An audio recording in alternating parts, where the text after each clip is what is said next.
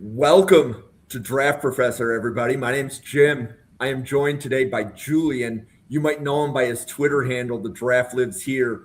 We're going to do some Miami Dolphins mock drafts for you in a few minutes.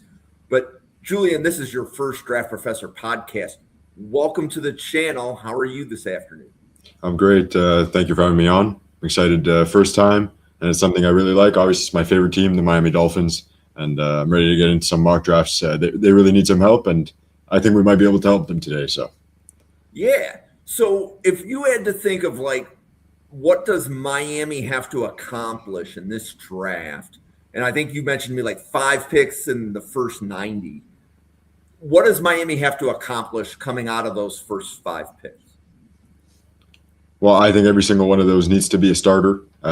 Miami has negative 28 million in cap room right now. That's not going to be enough to get you really anywhere. And that the top 5 picks, 5 picks in the top 90. If you can get a starter with every single one of those slots, that helps you a lot. And that's what the Packers really did the past few years. So taking their GMs and all that, pretty helpful. Which positions on the roster do you think are the ones that are most likely to yield starters from the draft? Well, I think the draft class has a deep edge class. Miami needs help there. Corners are pretty decent. Obviously, the farther you get down, the more difficult it is to translate and be a starter. But I think you can find a few good corners on day one and early day two.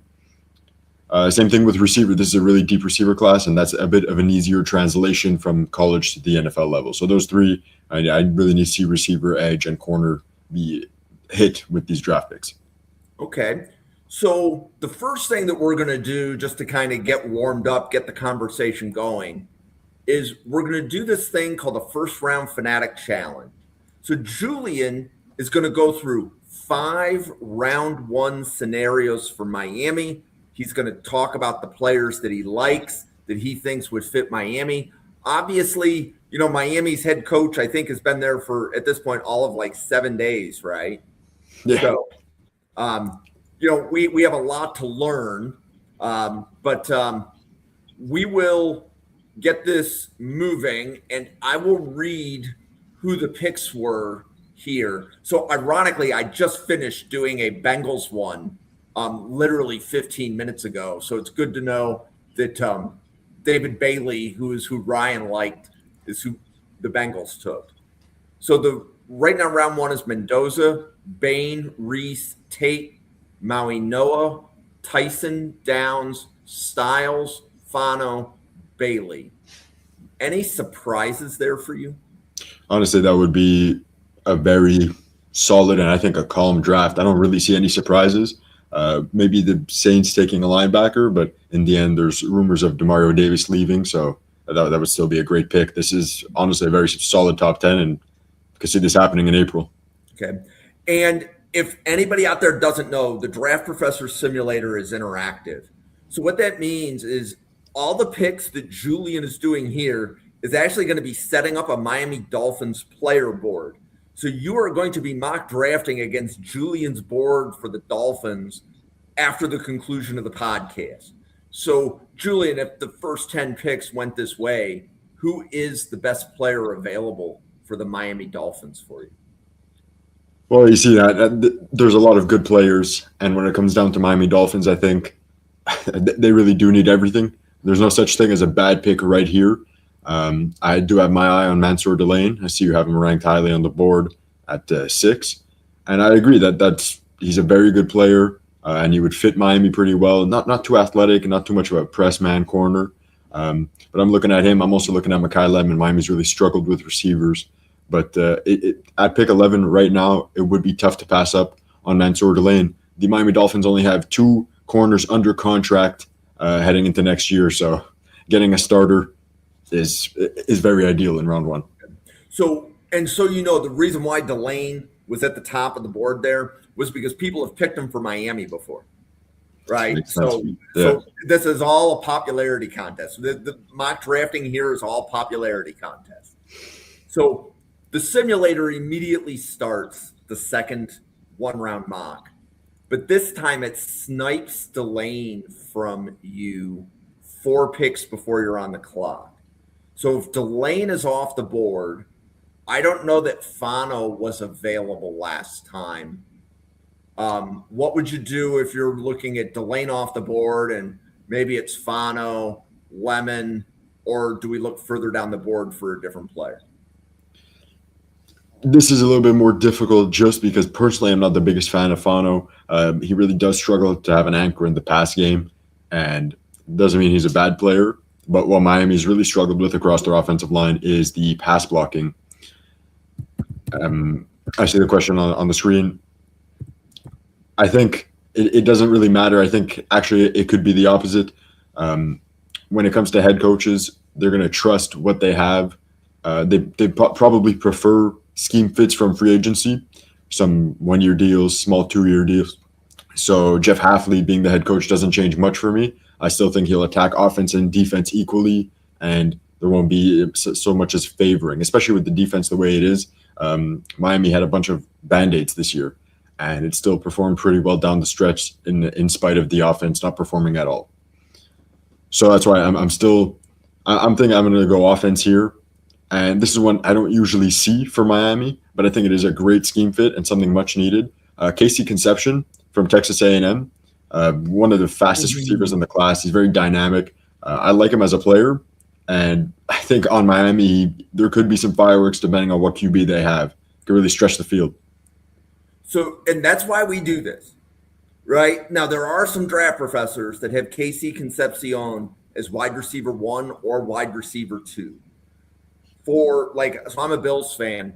I believe he should be further down Buffalo's board. I think one of the comps for Concepcion was Khalil Shakir on crack. I'm not always a fan of putting duplicate skill sets if you're picking in round 1. I got no problem doing that if it's round 3 through 7 pick, but try to add something to your team that you don't have. I love the shout out though for Concepcion going off the board at pick 11. So if Delane and Concepcion are not available, what would Miami do? So I think now they're going to have to hit up the edge group. It's, again, really thin there. They don't really have many players under contract. Bradley Chubb could be a cap casualty in this offseason. And Chop Robinson has been a horrific first-round pick. That was a real sophomore slump. Was barely getting after the QB and was benched for old Matt Judon, who actually went to the Bills at the end of the year. So that's how bad Miami's edge group is. There's a lot of potential in the Keldrick Falk because he's kind of the mold that Miami's missing. Heavy hands, big guy, couldn't stop the run, and that's what they traded away in Jalen Phillips. But if I see David Bailey, I don't see a way that you can pass up on that elite edge rusher. I'm going to go David Bailey. I mean, that would be a home run pick. I'd be very happy. Okay. So Delane, Concepcion, Bailey are off the clock, and Miami is picking at 11. Or excuse me. Delane, Concepcion, and Bailey are off the board. Miami is picking at 11. Is Tyson dropped? Is this Tyson, or do you go somewhere else? I mean, in a perfect world, I think Miami tries to move away from drafting those injured players. That was a Chris Greer specialty. We fired him. So I think just especially in your first year, you might try and move away from the stereotype that has been around the Miami Dolphins, which is mediocrity. And then for a GM, I mean, drafting injured players. The Packers don't really do that, but they do like to draft in later rounds, like smaller offensive linemen. So I don't even think I'm going to still go offensive line here. I think after the week he had at the Senior Bowl, I'm going to double up on the edge and go someone that might even fit the scheme more just based on his little anchor in the run game. Like I said, that's what they need. I'm going to go TJ Parker. That was a fantastic showing at the Senior Bowl. Really dominated all facets of the game and all facets of the practices, I shall say, because he didn't even go play in the game. And I'd be pretty happy with that. But people get mad that he's undersized. He's good, man. He's 6'3.5", I think he measured in at the Senior Bowl, and like 260. I'm very good with that as my edge rusher. I'm not asking for more. Okay, so the fifth one we may have gotten a gift, but for the fifth mock, Delane, Concepcion, Bailey, and Parker are off the board. Caleb Downs dropped. Is there any player that you're considering in addition to Caleb Downs, or is this sprint to pick up? So I think for most teams, it would be a home run Caleb Downs. But I am definitely considering it going in a different direction just because of how thin the Miami Dolphins are. As I said, really no corners under contract. Receivers, most casual fans would only be able to name Jalen Waddle. Tight end, really no one under contract, a bunch of pending free agents. So there are certain avenues, but I think I would be a fool not to take Caleb Downs here if he fell at 11. Okay. So we did 5 first rounds. Delane, Casey Concepcion, Bailey, Parker, Downs. When you look at the grades on the simulator, everything is a popularity contest, as in, did people before Julian draft the same players? So if somebody goes in and they draft Parker again, that grade's probably going to be a B. And if somebody drafts Bailey or Concepcion again, those will probably be an A, because the higher the player is on the board, the better the grade. The higher the player is before you pick them. Now, every player you pick on this simulator, when you pick them, they move up. When you pick them in round 1, they move up higher than if you pick them in round 6. But every player you pick on the simulator moves up when you pick them. So what we're going to do now is we're going to do some 3-round mocks with Julian. And we're going to still do Miami. And we're going to turn on this button down here called Fanatic Mode. So Fanatic Mode means the drafts will be unique. So we're going to do 8. This 8 right here is we're doing 8 Miami Dolphins mocks. Each mock is going to be 3 rounds. And Julian will not be able to pick the same player twice. So we're going to get to hear 8 round 1, 8 round 2, and we're pretty much going to learn Julian's entire round 3 board, because he's going to have to identify 24 players the Miami Dolphins would take in round 3. So it's called Fanatic because, some people just like doing one mock draft. But if you like doing a lot of mock drafts, this is the simulator for you.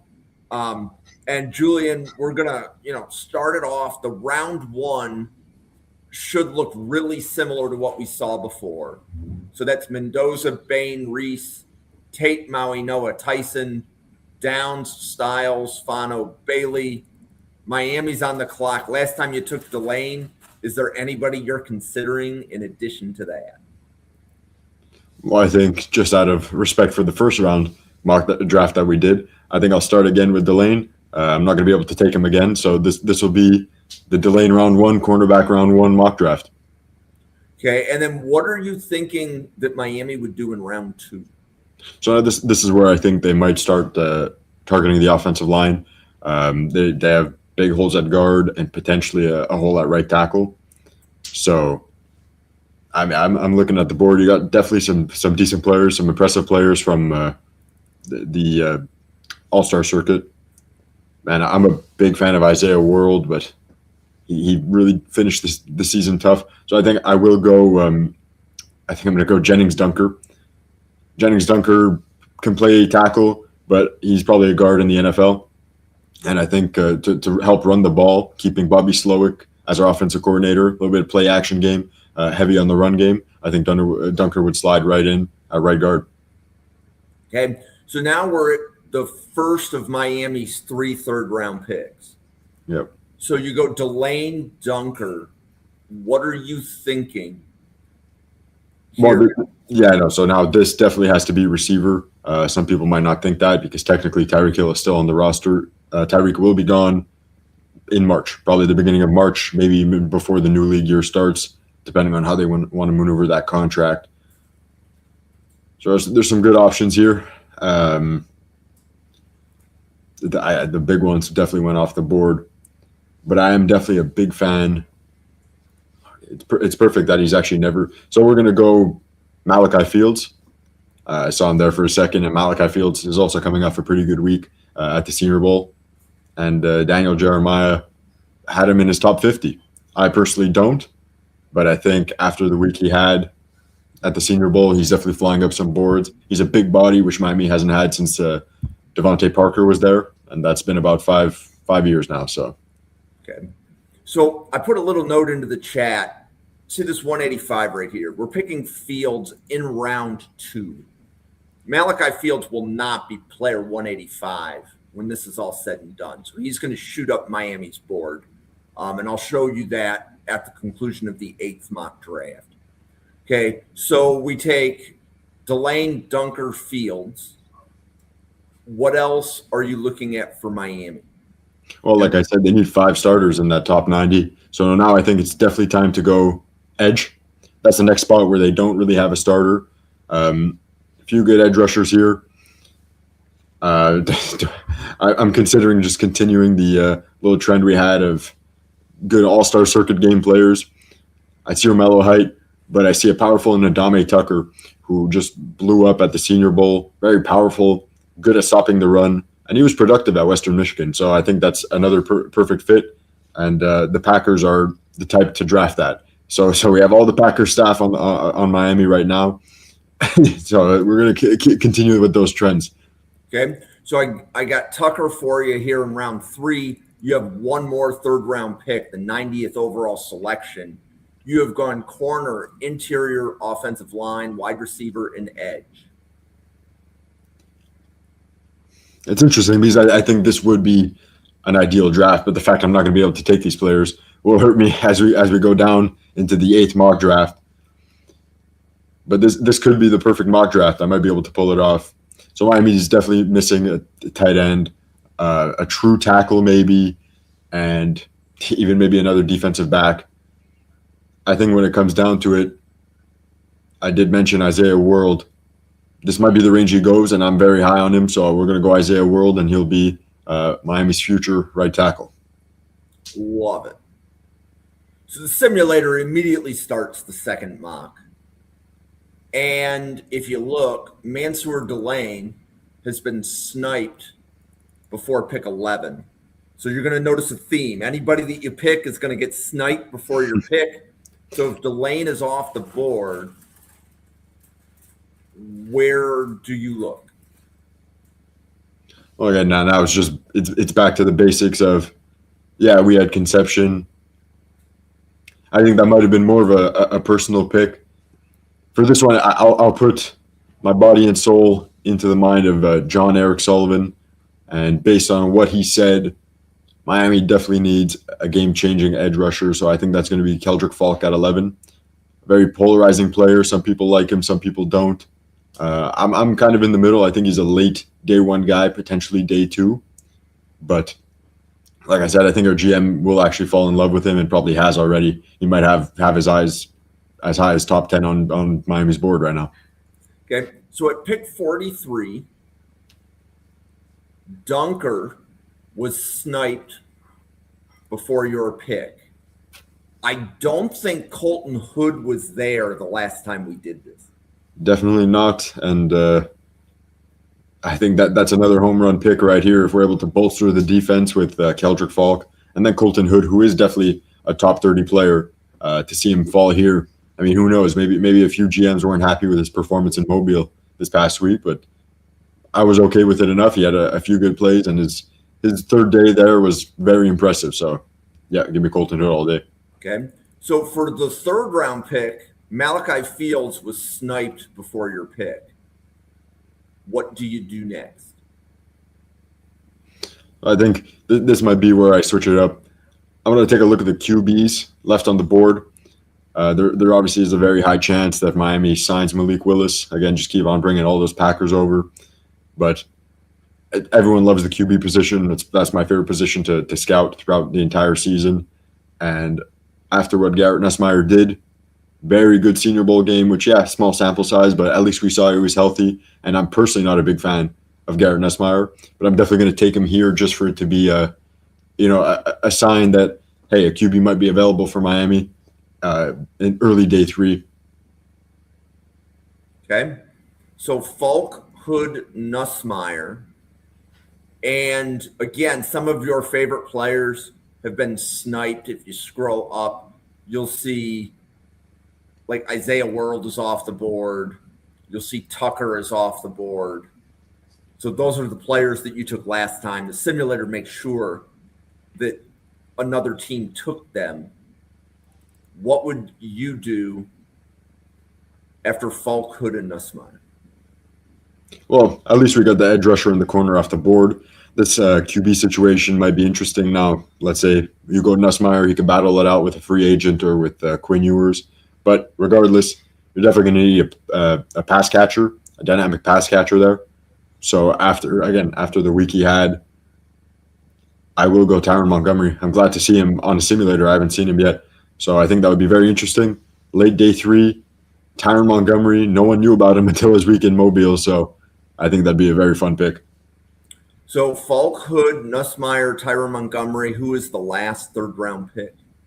Yeah, you've done edge. I'm trying to remember. You haven't done offensive line yet. Yeah, I know. And I see PJ Williams staring me right in the face. I don't think you're going to have to scroll very far. We'll go PJ Williams here. A potential right tackle if Miami chooses to move on from Austin Jackson, which is a very big possibility. Okay, so then the simulator starts a third mock. And in the third mock, Delane and Falk have been drafted before Miami is on the clock at 11. So, for example, Sonny Styles dropped in this one. I don't know that he was available before. No, probably not. And as good as Sonny Styles is, probably a top 10 player, I just don't think I can afford that if I'm the Miami Dolphins right now. I know I talked about not liking Fano, but he's not the end of the world. I saw he also dropped this time. Mix it up. I'll definitely go Fano. It's probably a Miami Dolphins fan watching this, really wanting offensive line in round 1. So I'm not against it. But if Maunoa was there, I wouldn't even blink twice. But Fano's just not as good of a tackle for me. Okay, and then in round 2, Dunker and Hood have been sniped before pick 43. So you've been looking at corner. Who are your round 2 corners? Yeah. Or wide receiver? There's definitely some good ones. Bernard is still here. Chris Bell is here, even though he's injured. Yeah, Chris Bell with the injury. Like I said, we're going to leave Chris Greer's trends in the past. Oh, wait. Thank you. I think you're not going to have to scroll far. You're not going to have to scroll far for the receivers. I saw one at the top of the board that I'm very high on in comparison to others. Omar Cooper Jr. is a first-round player to me.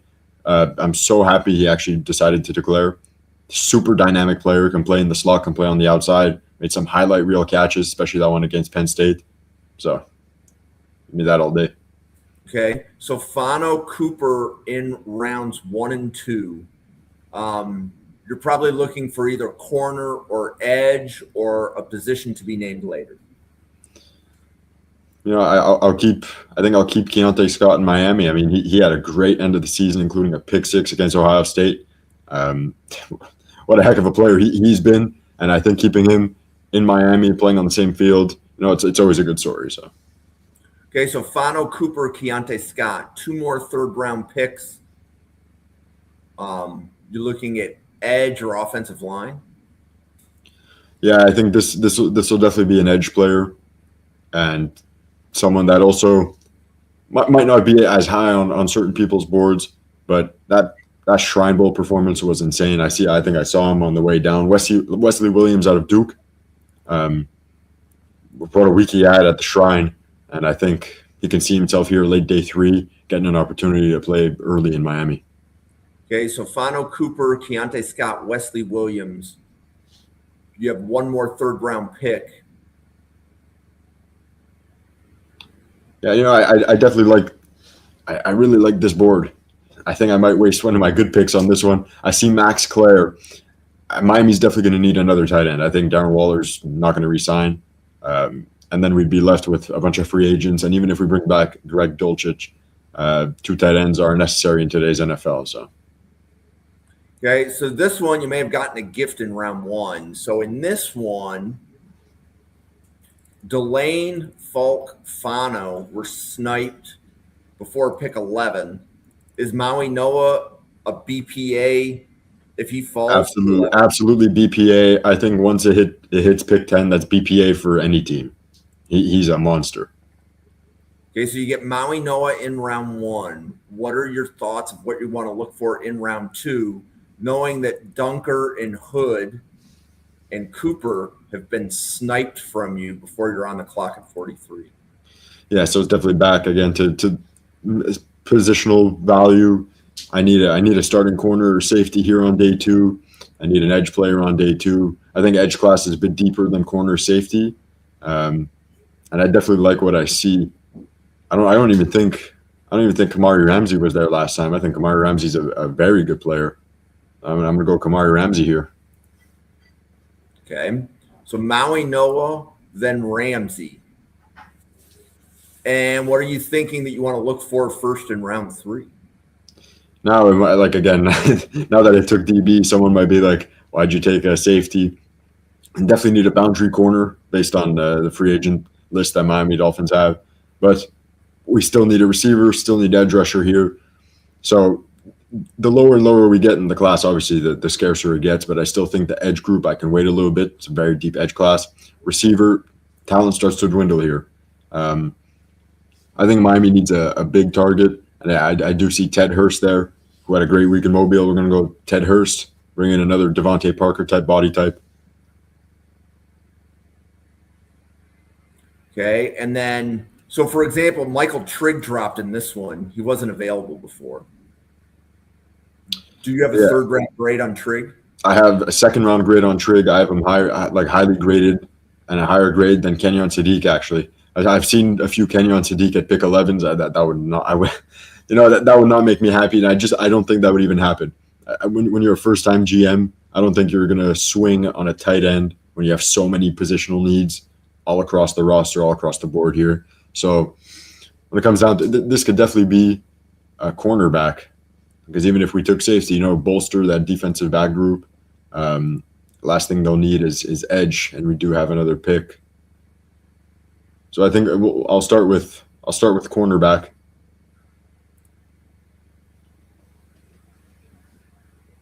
So who are your round 3 corners? What corners do you have graded in your top 100 that you'd be looking for? Oh, here actually, I don't even. It's true. I have, well, obviously after the Senior Bowl, I haven't had time to readjust my rankings. Some guys go up just 1 or 2 rounds, and I wasn't even on Thaddeus Dixon's radar. But the week he had in Mobile, I think even if you have him graded round 4, this might just be worth it. He's got good size. I think 6'1", and his instincts were really on display the past week in Mobile, including all 3 practices. So, and I think there are some, I would say Dixon's grade is round 3, 4. Yeah. Right? There's going to be some people that are going to be a little bit higher, a little bit lower, but if he's not in the top 100, I don't see him getting too far into round 4 before a team that needs a corner is going to grab him. So I think that's a really good pick.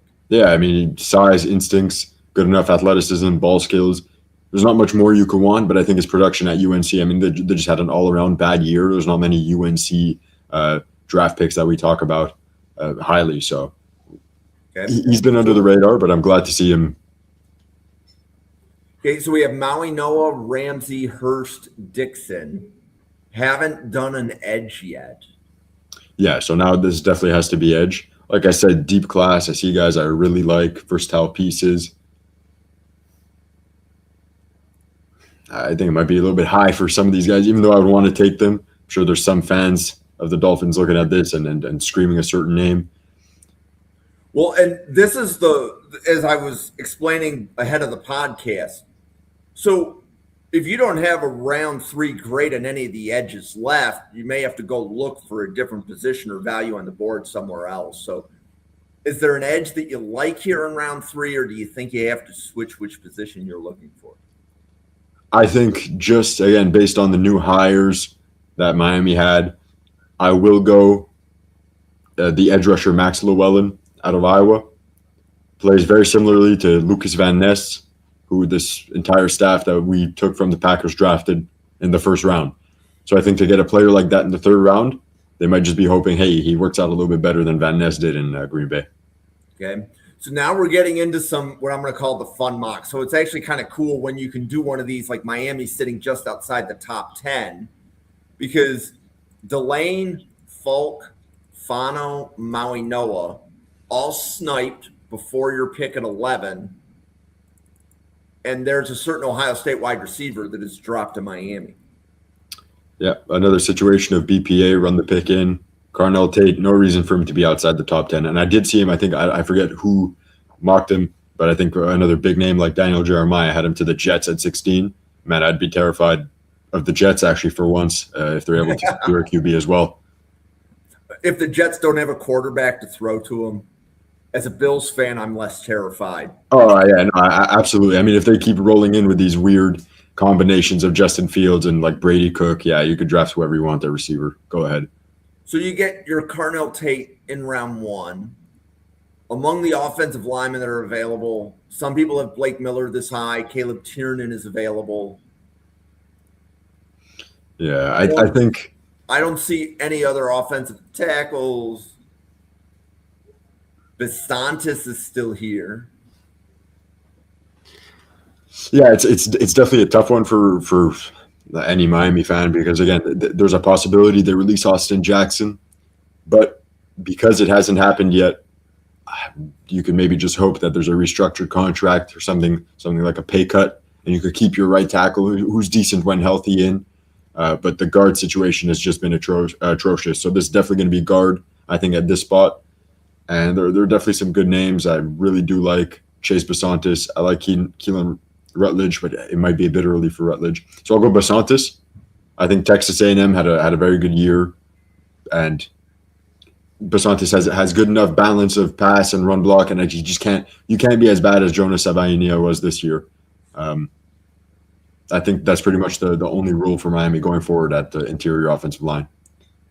So Tate and Besantis in rounds 1 and 2.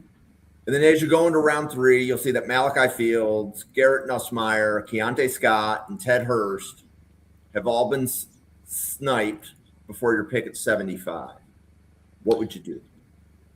Well, I think here's what I'm going to do. Again, the deeper we get, the more you're going to have to pull out of the bag. I'm definitely going to pull one deep out of my bag here, and I'm going to go Ephesians Prysock. I'm sure he's a little bit low on the board. Not many people even knew of him before Mobile. So, and ultimately, at Draft Professor, they're low on the board until you pick them, and then they move up. That's part of the reason I'm doing this one. Yep. So I absolutely love it. So Carnell Tate, Chase Besantis, Ephesians Prysock. Who else will you look for? Let's say you haven't done edge yet. Yeah, so I think based on health and injuries, just going in a different direction than the last few drafts. I'm going to look at linebacker here because Jordan Brooks is one of the best linebackers in the league, but Tyrell Dotson has been a little bit banged up, and towards the end of the year, after producing the most tackles, Jordan Brooks also started to get a little bit banged up. So I'm definitely going to go a little situation. Oh, no one really had eyes on Gold Day for the Dolphins. That's interesting. But I did see a name there that, again, maybe a little bit of recency bias based on how it was at the All-Star Circuit games. We'll go with Lander Barton. Lander Barton's just a solid linebacker. I mean, not a flashy player, but just a solid guy, and I think he could definitely get the job done. Okay, so Tate, Besantis, Prysock, Barton. Yeah, no, definitely have to default to edge rusher. I don't think there's a single draft I'll go with without taking an edge rusher for the Dolphins. And I do want to shout out a very good pass rusher who's not getting enough love, Joshua Josephs. Tennessee produces real pass rushers, and I think he's been under the radar. He didn't go to an All-Star Circuit game, but he did declare he's a young player and a very productive pass rusher. Okay, so I like that one. That was Tate, Besantis, Prysock, Barton, Josephs.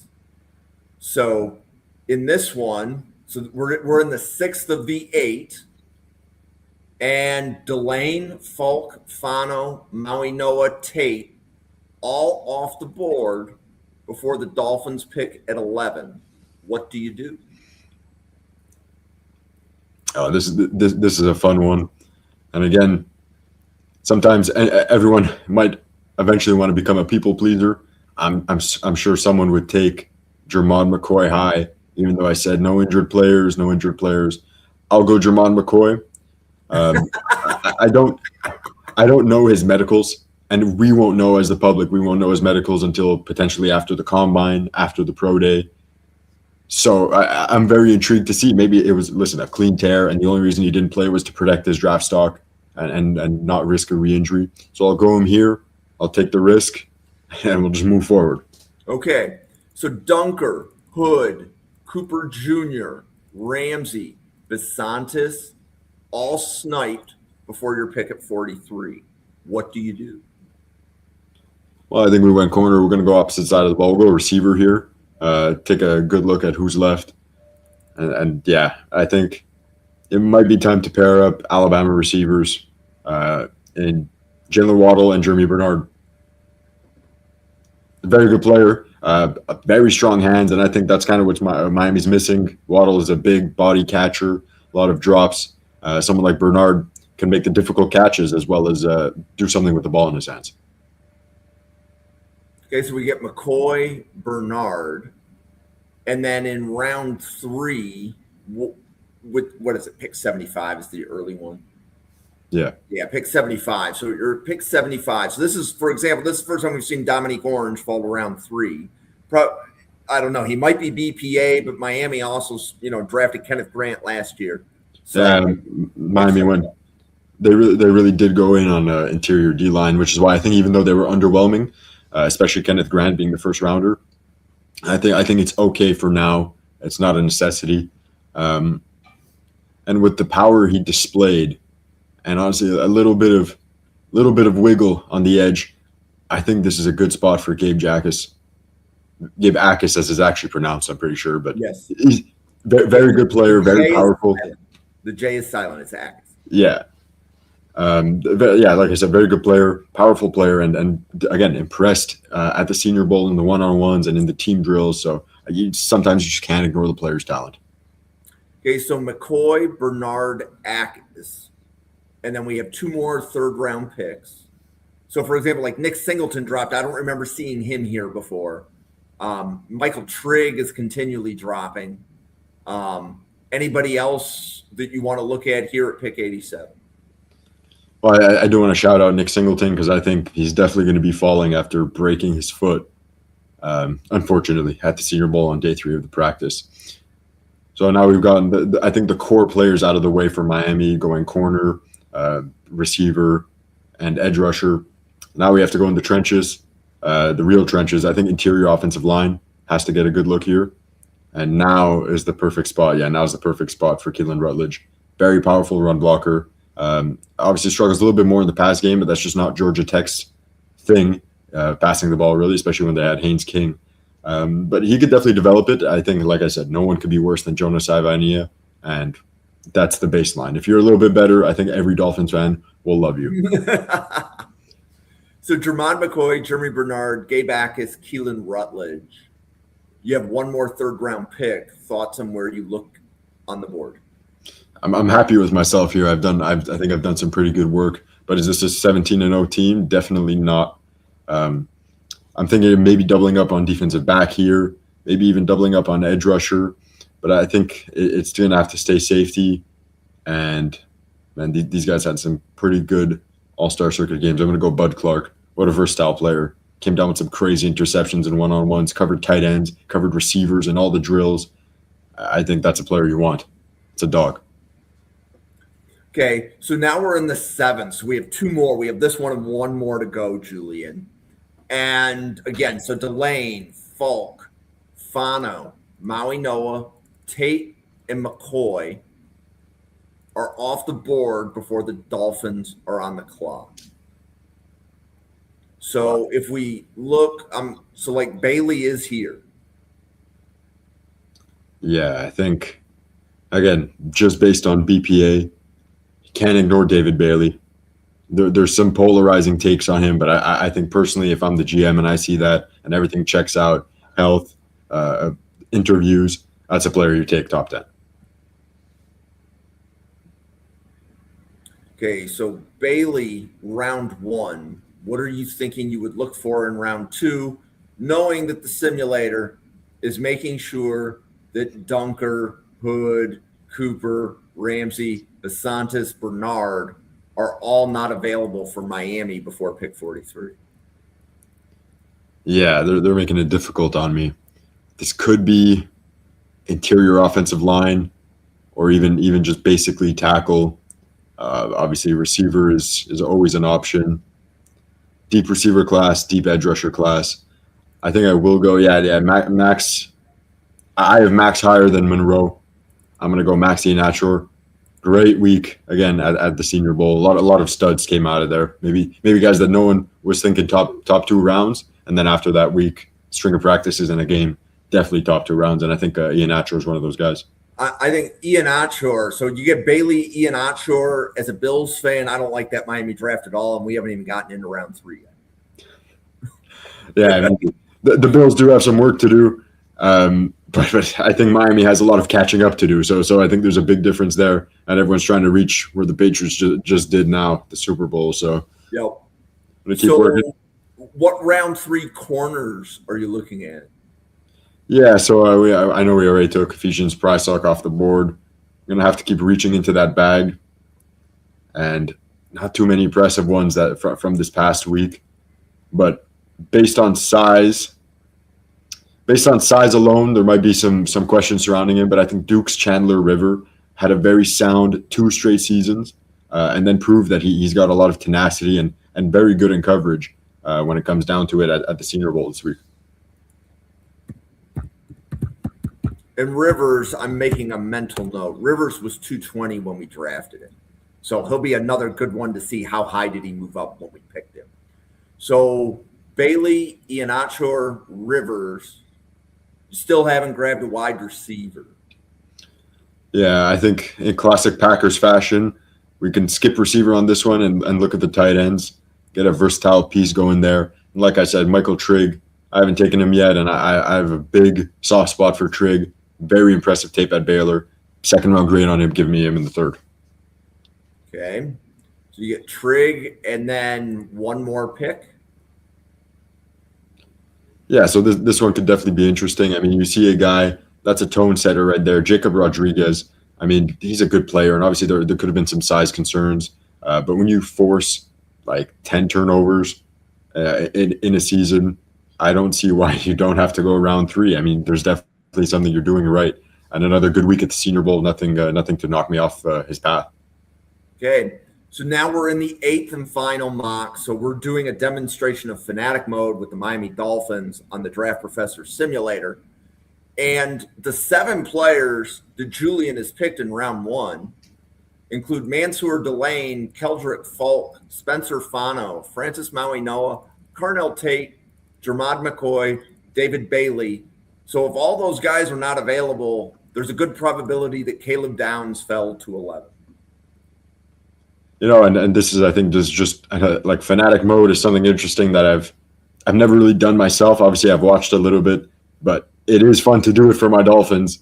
And I will say that I think this might be the actual top 10 in April. There's a lot of mock drafts where it's like, hey, people don't think Caleb Downs has a chance of falling out of the top 10. I think he does. Right? Positional value matters in the NFL. And if we look at the guys that just went before, you got bookend tackles, you got receivers, and then you got corners. So why not take Caleb Downs if he falls to you at 11? Yep. So we take Caleb Downs in round 1, and there's a good chance. Yeah, so Monroe Freeling dropped in this one, and Freeling wasn't dropping the first few that we did. Who would you rank higher than Monroe Freeling that you would be looking for at other positions? See, I think just based on, again, there's obviously positional need, but we can ignore DB just for a second. You got it locked up with a versatile piece in Caleb Downs, but you're definitely still struggling. I mean, you have no one to throw the ball to these receivers, but receiver room is not great for Miami. Like I said, Jalen Waddle's doing it all by himself. I think to not even have him disgruntled, you gotta bring him in some help. And Chris Brazel, Tennessee, very polarizing tape, polarizing player, but 6'4", very productive. I'll take him, and it's worth the development. Okay, so Caleb Downs, Chris Brazel, rounds 1 and 2. I'm assuming you're going to be able to find more round 3 corners and edges to talk about. I really hope so. We're gonna have to go to the edge group again, even though it's deep. I still know that there's some players that I really like, and I do. I'm a big fan of Romello Height. I think he's been absolutely disrespected this entire process. I don't care that he's a little bit older. I don't care that he has a small frame. Give me Romello Height all day, even in round 2. I'd be considering him. Okay, so Caleb Downs, Chris Brazel, Romello Height, 2 more round 3 picks. Yeah, so I think this might have to be interior offensive line, and I'm definitely going to pull something out of the bag once again. When it comes down, the only thing Miami really does have locked up is left tackle and center, but it's an interesting class at all levels, because there are guys that had polarizing weeks like Bo Stevens, but I think I did see a name that I really liked. We'll go with another one, same team as Basantis. I'm going to go Armaj Reed Adams. It's been 2 straight years where he's been up and down boards. I think right now he's where he should be. Round 3, round 4. That's really a good range for Armaj Reed Adams. Okay.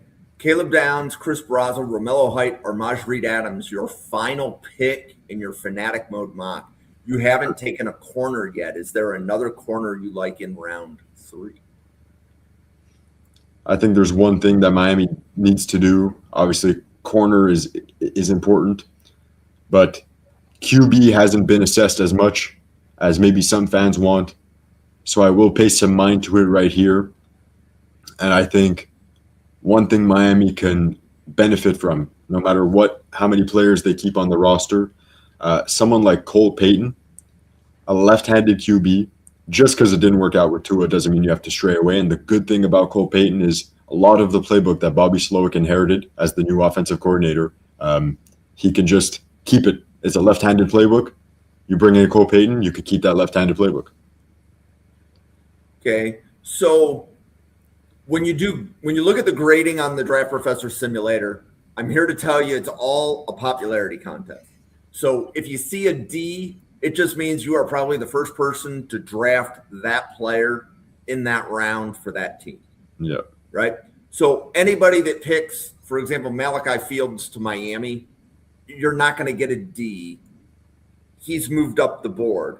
Now, the way to see on this simulator how far somebody moved up, if you go to the team needs section and give this a minute, the website's doing a little bit of calculating before it shows this. The team needs is where the player boards are kept. So if you scroll to Miami and you go to the player list over here on the right, this is the Miami Dolphins player board that the simulator uses. So if we look, for example, Malachi Fields, when we took him, he was 185. He's now 79. When we took Chandler Rivers, he was in the 220s. He's now 80. So he's moved up. So the more a player is picked, the more they move up. Right? And the more mocks you do, the more refinement of the board that it gives. So I'm a Bills fan. So I'm going to come in and I'm going to do a real quick Bills 7-round mock, but we want to pay attention to who Miami takes. Okay. And you're probably going to recognize a few of the names. Yeah, and I hope they're taking some of the ones that you want for the Bills, just out of spite. And here's actually the ironic thing. Some of the edge players may overlap. But even with the new defensive coordinator in Buffalo, I think I'm going to go nose tackle.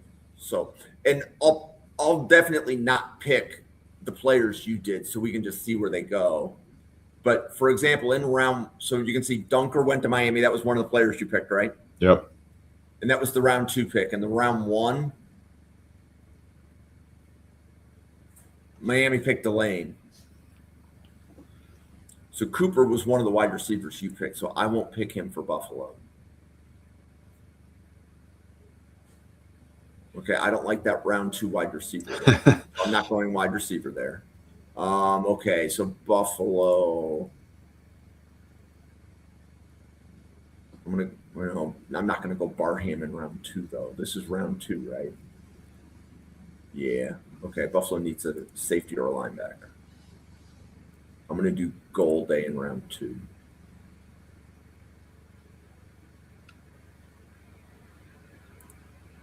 Okay, so in round 3, Miami picked Chambliss.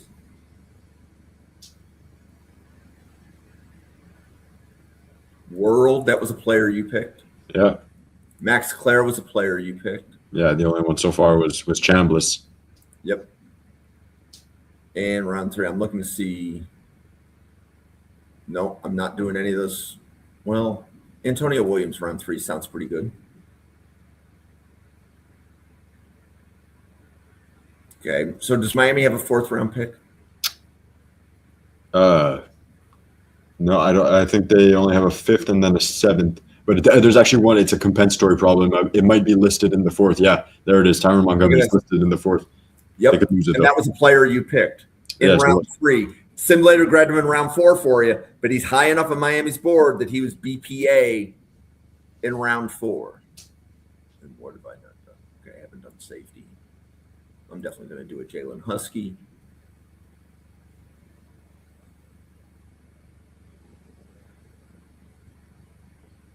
Okay, and then I'm looking at round 5 for Miami to see who they picked. Nussmeier, that was one of the guys you picked, right? Yeah, I think that was the second mock I picked him. Yep. And then, okay.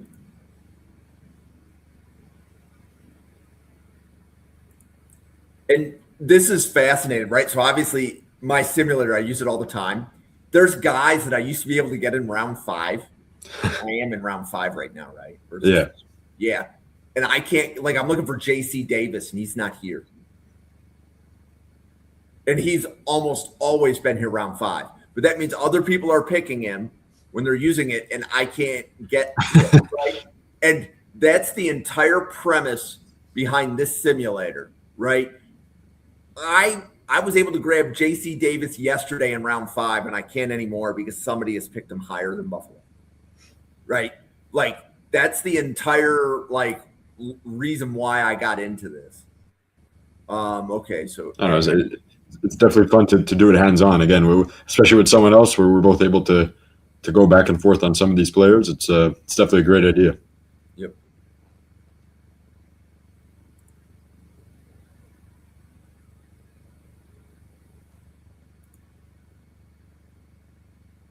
Yeah, I'm really not liking the corner board. Okay, so now let's go look at who Miami picked in rounds. I think Nussmeier was a 5th round pick, I think, right? Yeah, so that was the 5th, and I don't think Miami has a 6th. Again, there's always compensatory issues. I think 6th is pretty clear, and then they do have 1 in the 7th.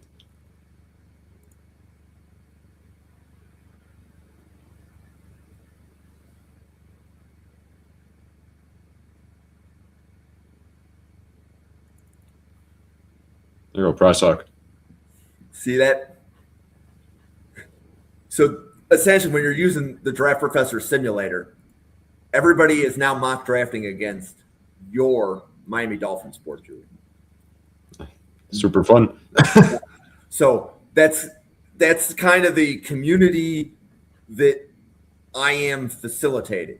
There's so many different ways that you can come in, whether it's a first round challenge, fanatic mode, whatever, to enact what your portions of the board are, right? There's still one more button. There's a second round challenge. We're not doing that now, but I could have you on a podcast again. We could do a second round challenge and just talk about the top 2 rounds in way more detail than we did today. Yeah, no, I've seen that as well. I've seen you do a few of those already. So yeah. So Julian, do you want to let everybody know about all of the draft content that you make and the Draft Lives Here and everything else that you do? Yeah, so predominantly on Twitter /X for the last year, I've been writing about just the draft or whatever, mock drafts, player breakdowns, covering the All-Star circuit with the Shrine Bowl, Senior Bowl, all that. So obviously that's my handle. Draft Lives Here. Been a pretty good month, obviously, with all the games going on and all the players we can talk about. And then recently on YouTube, I started with the same handle as well, just posting about mock drafts and NFL film breakdown, because it's a little bit easier to get your hands on some of that. So that's pretty much it. I'd appreciate if anyone here watching can check me out. Often talk about all the type of players you'd love to see Jim, the draft professor, the OG draft professor, talk about. So. Well, Julian, it's been awesome having you on. I want to remind everybody first, if you want to do one of these for your team, where it's just you and me and we're podcasting, fanatic mode for your team on a podcast, you can find me at NFL Draft Fanatic, no I in Fanatic, on X. And just send me a DM or tag me in a tweet. Tell me what team you want to do it for. We'll find a time to schedule. Second, Draft Professor. Every Friday at 7 p.m. Eastern, we do group mock drafts. We'll have 32 people picking for 32 teams, and it becomes much, I don't want to say it. So first of all, Draft Professor is designed to make mock drafting hard, because like I'm used to, for example, grabbing a player in round 5, and now all of a sudden enough people like him that he's going in round 4, right? That kind of thing.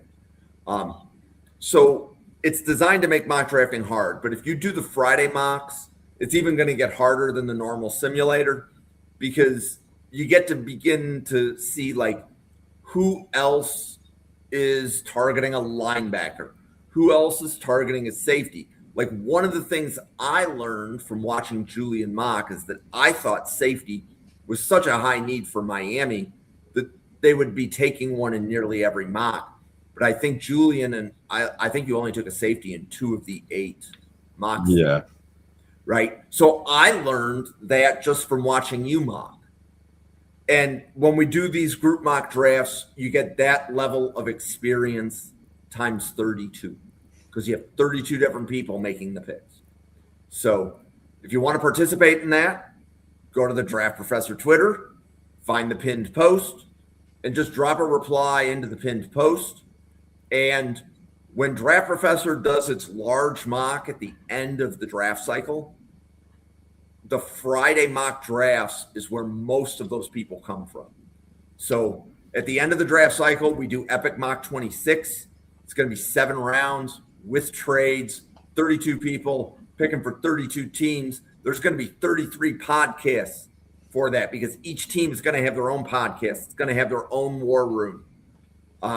We did it last year. It turned out really well. We're doing it again this year. But if you want to participate in Epic Mock, show up to a Friday so that we know who you are, right? That's our way of getting to know who the other people are that are using the simulator and things like that. But with that being said, Julian, thank you so much for taking an hour out of your Sunday to do this. And I hope to see you again on another Draft Professor podcast. For the 110 people at the Draft Professor, for Julian and myself, thank you so much for watching. Enjoy your Sunday, and we will see you on a podcast again tomorrow night. Thank you, everybody.